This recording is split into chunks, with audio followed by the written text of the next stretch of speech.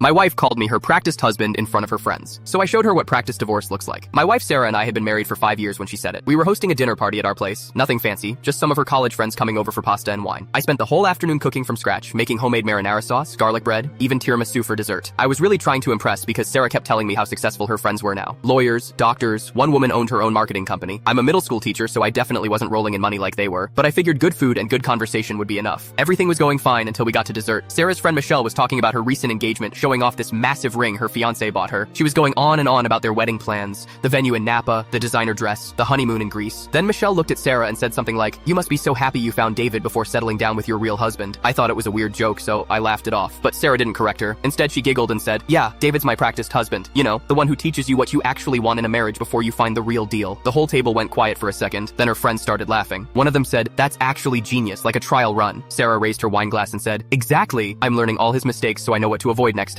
I just sat there frozen, holding a plate of tiramisu I'd spent 2 hours making. My wife had just called me a practice husband in front of 6 people, like I was a rough draft she planned to throw away eventually. Her friends kept the joke going, asking what lessons she'd learned so far. Sarah listed things like, don't marry someone who's too content with a simple life, make sure the next guy has better career ambitions, find someone who can actually afford nice vacations. Every word felt like a knife. I excused myself to the kitchen and started cleaning up. Just needed something to do with my hands before I said something I'd regret. When everyone finally left around 11, Sarah came into the bedroom where I was reading. She was smiling, clearly tipsy from all the wine. "That was fun," she said, like nothing had happened. I closed my book and looked at her. "Did you mean what you said tonight? The practiced husband thing?" She waved her hand dismissively. "Oh, come on, David, it was just a joke. Don't be so sensitive." That's when I decided to show her exactly what a practiced divorce looked like. The next morning, I woke up early and moved all my stuff into the guest room. When Sarah asked what I was doing, I told her we were doing a trial separation so she could see what her real divorce would feel like. She laughed and said I was being ridiculous, but I kept going. I stopped doing any housework that I normally did, which was basically everything. No more cooking dinner, no more grocery shopping, no more laundry. I even canceled the joint credit card I'd been using to pay for all our household expenses. Sarah worked long hours at her consulting job and never had time for any of that stuff. She relied on me to handle the entire house. By day 3, there were no clean dishes, no food in the fridge, and Sarah was wearing the same outfit 2 days in a row because she didn't know how to work our washing machine. She came home that night and found me eating takeout in the guest room. She stood in the doorway looking exhausted. "This isn't funny anymore, David." I kept my voice calm. Neither was being called your practiced husband in front of your friends, but here we are. I told her this was her chance to practice being single again, to remember what life was like before she had someone doing everything for her. By the end of week 1, Sarah was eating cereal for dinner and paying someone to clean the apartment because she couldn't keep up with it herself. She finally broke down crying, apologizing for what she said and admitting she didn't actually want a divorce, practiced or otherwise. I told her I'd move back into our bedroom, but things needed to change. We started marriage counseling the next month. Her friends never came over for dinner again.